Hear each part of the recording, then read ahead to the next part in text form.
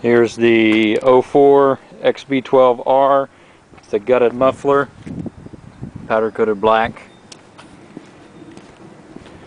Been told it's basically just straight through 3 inches right out the tip.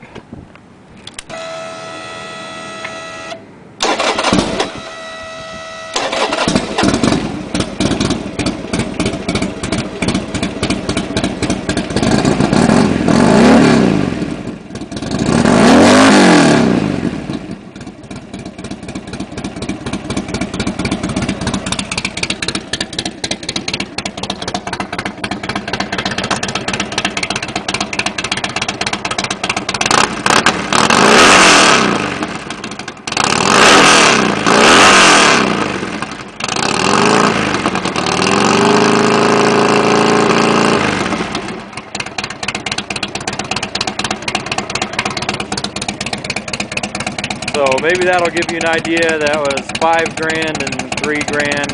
So there you go.